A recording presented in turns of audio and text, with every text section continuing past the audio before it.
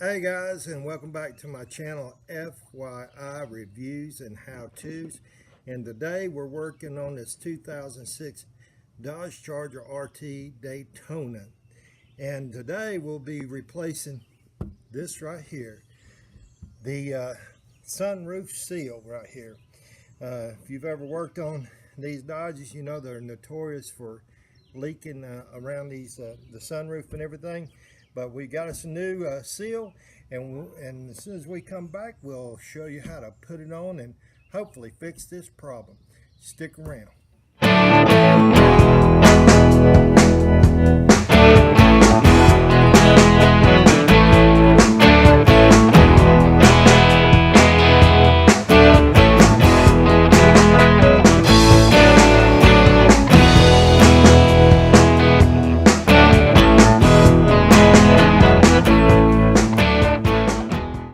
Hey guys, welcome back, and as I said before, we're going to be replacing the seal on this 2006 Dodge Charger RT Daytona sunroof right here. Now if you have a Jeep of the same around the same year, the Chrysler 300s and several other models of Chryslers, they all use the same sunroof. Now if you have a leak and you're getting the stains on the inside of your headliner and stuff, first of all, check your drain tubes. If you your whole system, whole sunroof system goes back to about right here. On each corner, there's drain tubes that run down the interior of the car, and the back drain tubes come out and just in front of the rear wheels. CJ, if you'll come around here and I'll show. Okay. Now, that drain tube runs down this front pillar right here, inside of here, and comes out just behind your front wheel, right here at the edge of your vehicle. The back drain tube runs down the inside of your vehicle, down this rear interior part, comes down and comes out right in front of your rear wheel. Most of the time when you're having leaks with your sunroof, it's going to be because those drain tubes have been clogged up. Now there's an easy way to check that. If you look right here in the top of your sunroof, there are tracks on both sides. By taking a small bottle of water and pouring it in and letting it drain down toward the back, you can check your back tubes. If there's water that comes out just in front of your rear wheels, then you know that drain tube's working. If it doesn't come out, then you have a blockage. Now, same thing with the front one. Same thing with the front drain tubes. You can take a little bit of water, bottled water works great. Pour it right down in there, and if water comes out just behind your front tire over there, then you know that drain tube's working. Now, if it's not working, one of the things that you can do, and what we actually did on this vehicle, was to get some weed eater string, and we used weed eater string and fed it down through the tube and unblocked the tube. On this vehicle, the rear tube on the passenger side was actually clogged up. And while you're doing that, it's a good time to clean out your tracks here and to ensure that you don't have any gunk and trash in there that's blocking the travel of your sunroof. Now, do not use compressed air to blow out these tubes, and the reason being is because inside of your interior, as the tube runs down, it's connected and pushed together with these little couplings. If you use compressed air and you shoot too much air in there, those couplings are going to come apart. Then you're going to have a problem with your drain tubes coming apart or being separated in the interior of the car, and you'll have to pull down the interior, the headliner and stuff like that. So you don't want to do that. The best way to do it, the best way we found to do it, was just to feed the weed eater string and work it down through there and get it unclogged.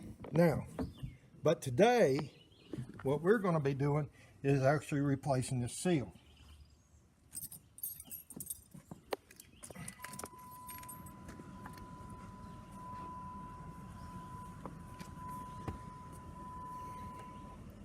If you look at this seal right here, it was leaking right here where the seal comes together because the ends got messed up.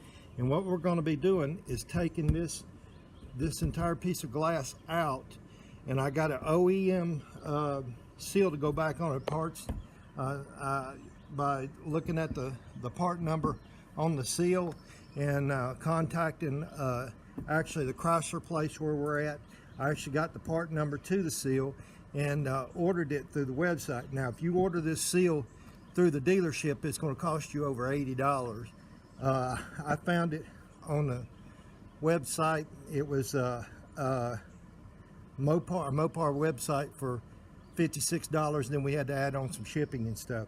So that's what we're going to be doing. We're going to be taking this whole piece out so we can replace that seal. Okay. Let's go ahead and kill it, CJ. All right, guys, we're inside the old Dodge Charger here, and we're getting ready to remove the glass part of this sunroof out. To do this job, you're going to need an 8mm socket.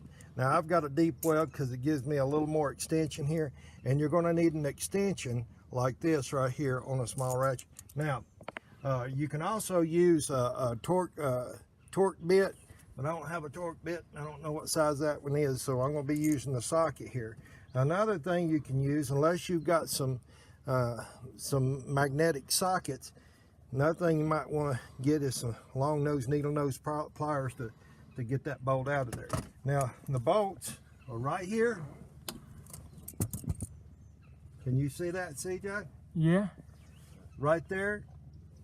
And there's a second one right here at the back. Mm-hmm. And as you see, it's kind of tight to get to. There's one on, or two on each side of the sunroof. So we got to remove those. Be very careful not to slap the glass with your ratchet.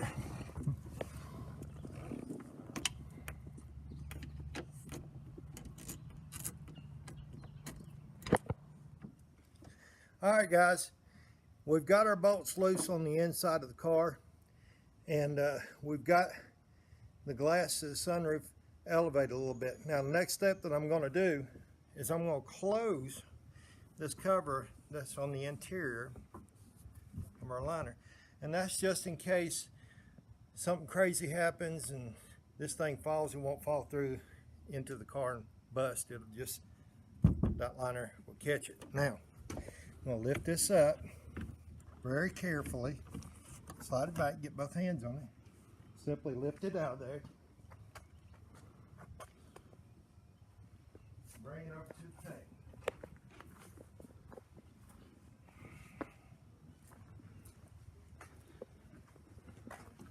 Now, if you look, to remove this thing, it's usually kind of simple, but this thing has that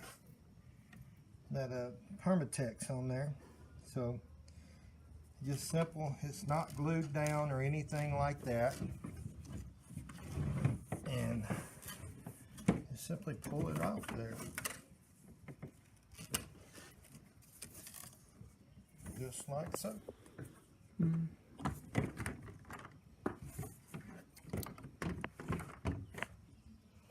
And those are part of the tracks right here, so we're going to set them over here to the side. Now, what we're going to do now is we're going to clean up the edges up here really good, and we're going to clean this Permatex off here, and we'll be right back with you.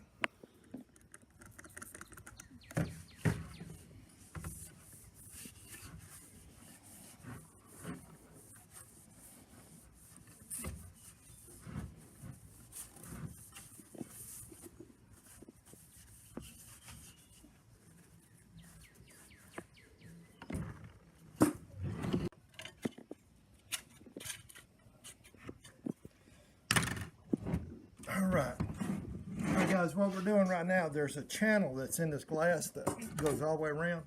And I'm just using something to kind of get down in that channel to make sure that we don't have any trash in that channel that's going to block our seal from going in there correctly.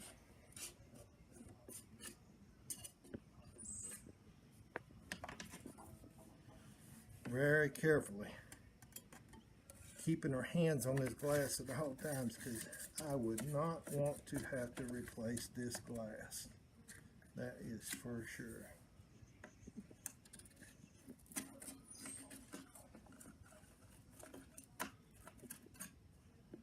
There's a little piece of something that just come out of there.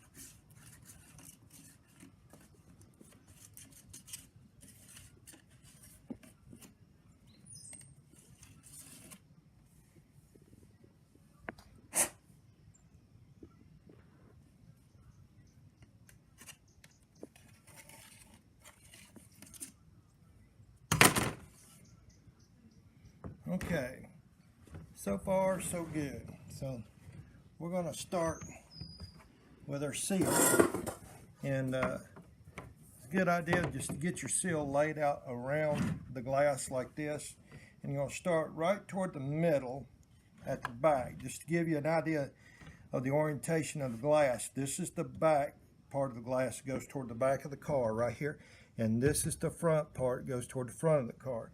We're going to start at the back. That's the way the original factory seals are put on. We're going to find the center, and a good way to mark it is usually your glass manufacturer will have their logo here. In this case, this is the original part, Mopar, and we're going to start right there in the very center. And if you'll see this little track right here, this lip, we're going to push it into the groove on the glass. And we're just going to simply work it in there. We're going to take our time, and the important thing is don't stretch the seal. We're just going to uniformly work it in there. Can you get up here close so you can see, CJ, what I'm doing? Yeah. We're just simply working this into the channel around this glass without stretching the seal. And we want to make sure we get it pushed in there all the way.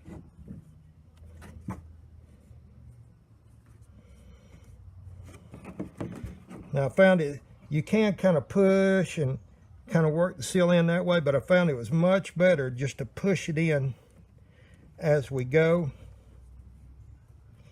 And that way you don't stretch this seal so much. We do not want to do that. And just working the seal in around here really, really good.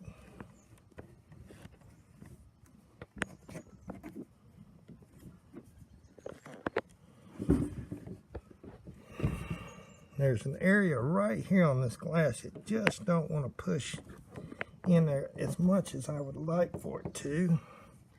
So I'm pushing it pretty hard right there in that spot. And I'll make sure that we're pushing it in all the way around this corner too. It just act like it didn't want to seal right there around this corner.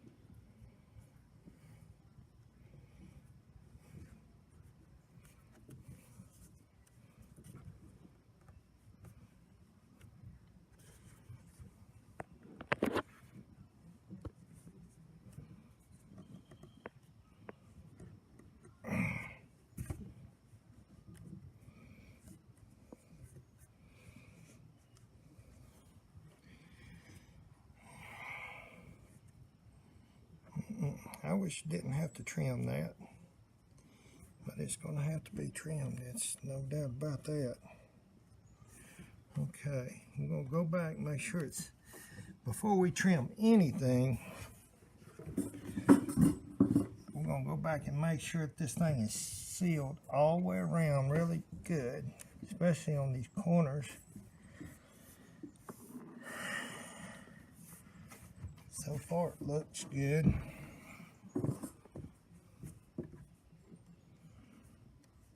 And as you can see, we have a little bit of overhang right here. And what I want to do is I want to kind of take a look at this, and I don't want to cut it right where the two pieces are going to meet. What I want to do is I want to go just beyond that, just barely beyond that. And I'm going to grab a pen so I can mark this, and we'll,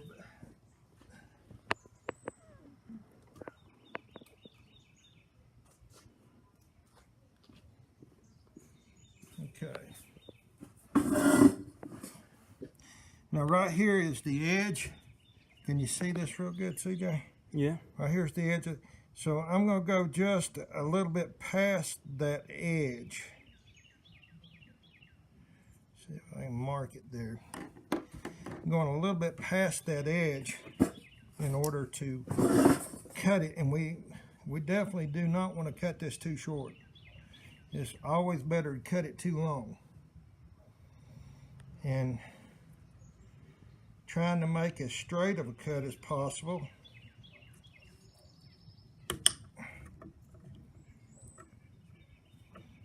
Because these seals are very expensive. And the last thing I want to do is have to buy another seal. So we're just a hair long right there, but let me see. Let me see. I'd rather trim it down than to try and piece this, than to cut it too short.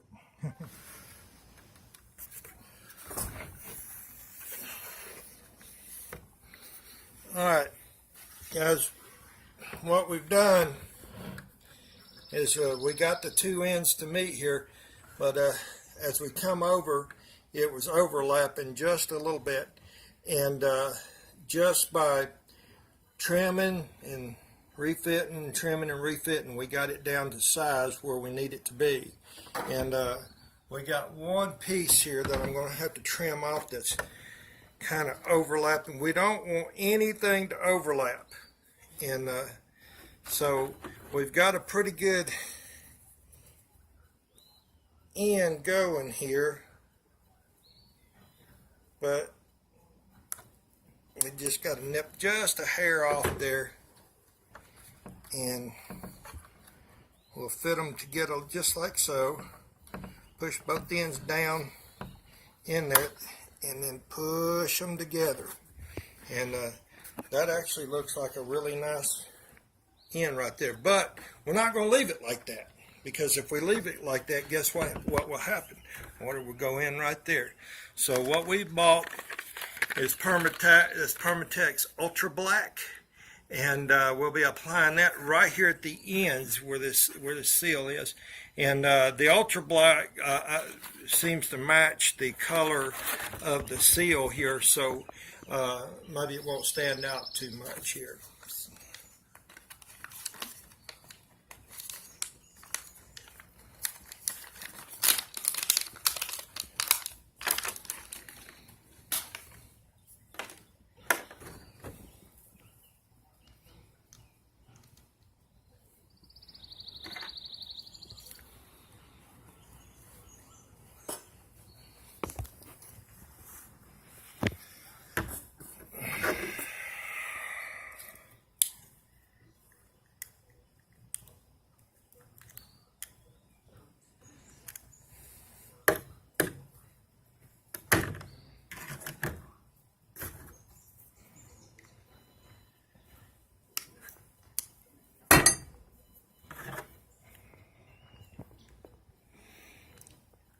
before we apply this Permatex, we've dry fitted to make sure everything is lining up correctly, and it's looking good so far. So I'm gonna pull this back a little bit, just a little bit, so that we can get some of this Permatex. I'm gonna put a little bit on both ends here, and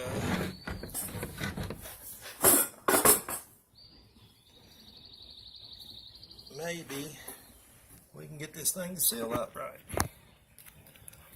And a little secret, if you kind of wet your fan, this Permatex pretty much will not stick to your fingers when you're doing this. Yeah. Permatex looks a little bit grayer than I thought, but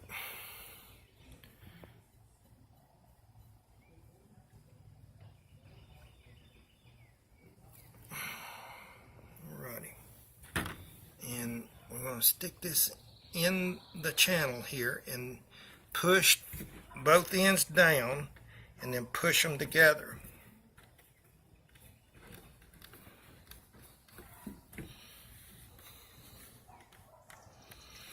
Let's see.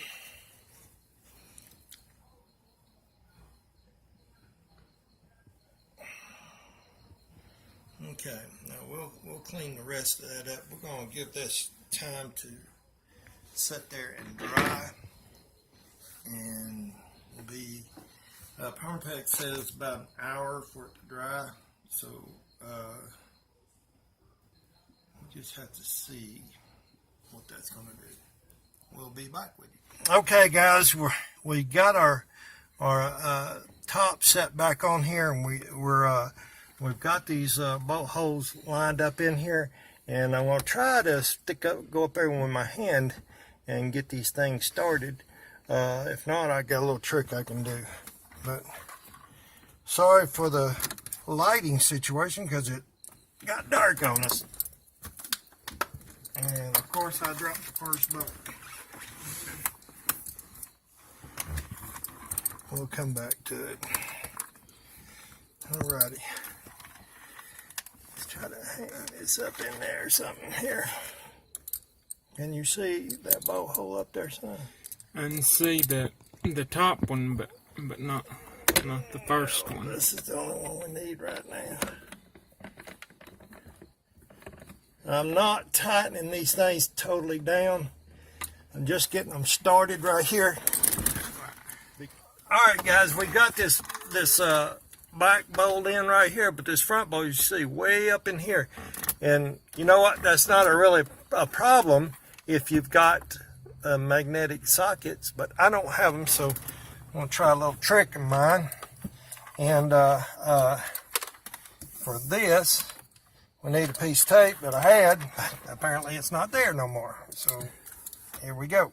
I'm going to take off another piece. Any old tape will do. It just so happens I've got some duct tape here, and I got the requirement is you got to drop the screws 3 or 4 times before you can do anything. But here we go. And again, I apologize. It got dark on us, and we're outside here.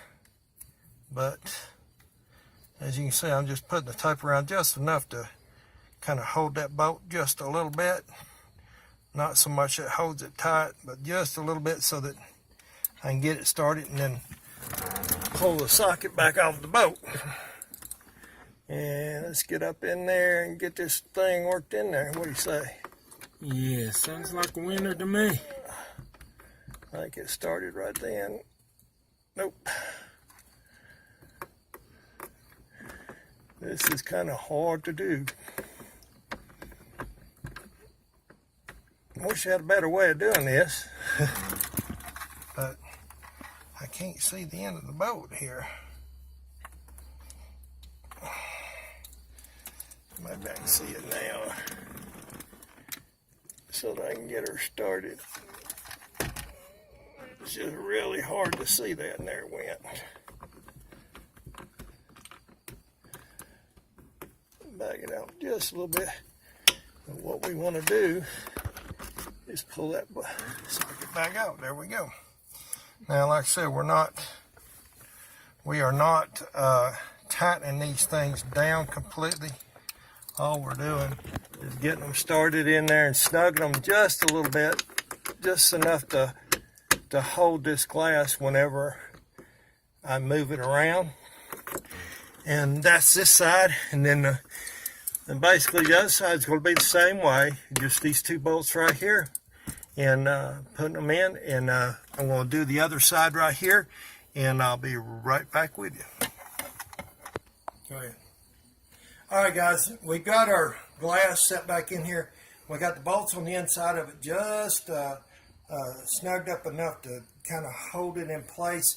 And what we're going to be doing right now is we're going to be ensuring that this glass is level with the roof of the car. In other words, if you look back here, you see how far down this is sunk in? We're going to be manipulating this glass around, because if we leave it like this, not only does it look bad, but it creates an area where water can puddle up. Plus, driving down the road, you're going to hear a lot of wind noise and stuff. So we're going to try and get this situated right now. And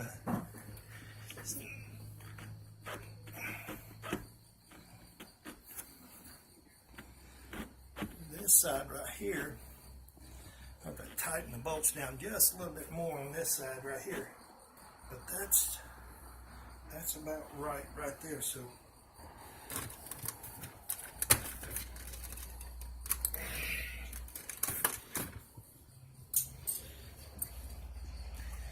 I'm going to duck under here and tighten these down right here, or snug them down a little bit.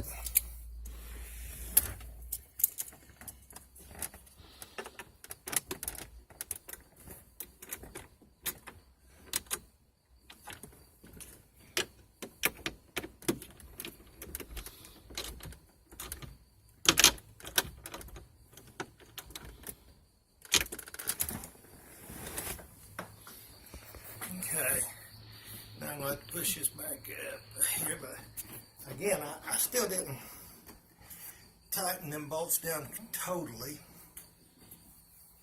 That looks pretty good right there. And now I'm going to swap sides here, CJ, and I'm going to come to the other side there.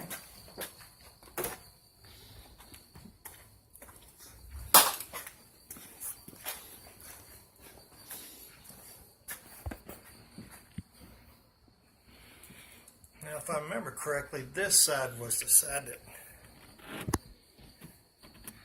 see how much more that needed to come up right there? Yeah. And that's on this back bolt. So let me snug this back bolt down a little bit more.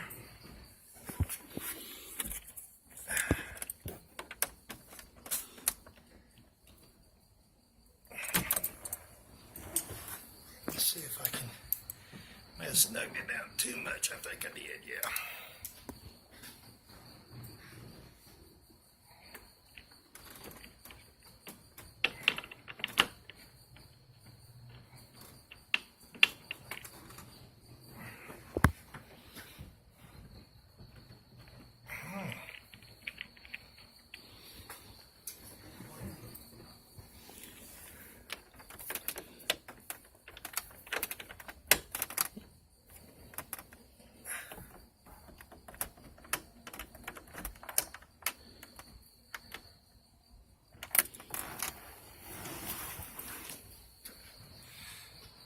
Okay, that looks much better right there. And that one needs to come down just a hair. And that looks a lot better right there. And we've got her snug down here, or got the bolt snug down, and we're just lining up the glass here. It's a little bit high right here. And we're going to get it lined up as best as we can here. And that right there looks pretty good. So I think we'll tack her down right there. where she's at.